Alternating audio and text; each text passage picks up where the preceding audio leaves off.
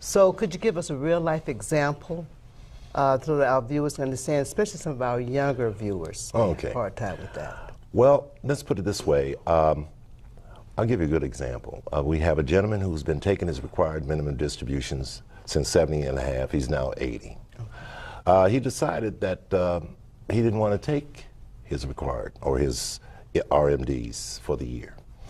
Well, he had $500,000 in his IRA. Okay. All right, now, according to IRS, he's supposed to withdraw $26,000. Now, when he refused, he had a $13,000 penalty. All right, so what that meant is that if you don't take your required amount on your attained age, starting at 70 and a half, then you're fined 50%. And I don't think too many people are excited about being fined, and a lot of folks who just don't need the money don't like to take the RMDs. Well, Freeman, now, I know you mentioned that age 70 and a half. It sounds like that's the age you're supposed to start taking your RMDs out. Exactly. But can a person get an extension by IRS to defer it a little longer?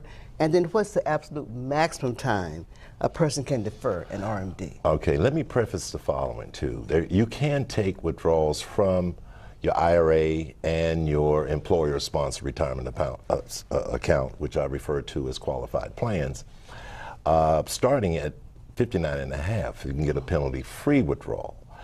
Under the age of 59 and a half, there's a 10% penalty. So I wanted to share with our audiences that there's a penalty if we take these monies before 59 and a half.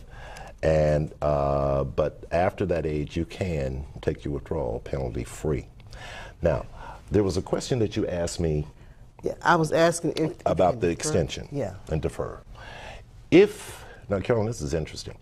If you are employed and your employer has for you a retirement plan, employer-sponsored retirement account, such as I mentioned early, employer-sponsored retirement accounts are defined as TSPs or thrift savings plans, 401ks, 403bs if you're an educator, and of course, you can have your own individual retirement account.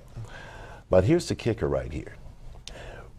If you are employed, and as I mentioned, your employer has for you a 401k that's offered, which you can contribute to, you do not have to take the required amount or the mandated percentage from your retirement account if you're gainfully employed after 70 and a half.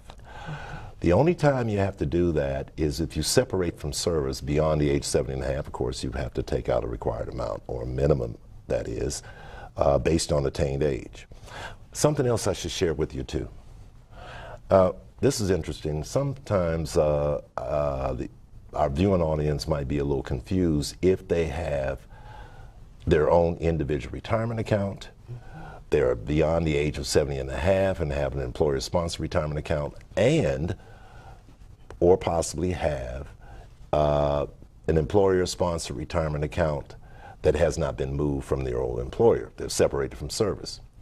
You still have to take the minimum distribution, the required amount, from the IRA and the old 401k or TSP or whatever employer-sponsored retirement account that has been sitting there, or you left that employer and separated from service and now you're with the new employer.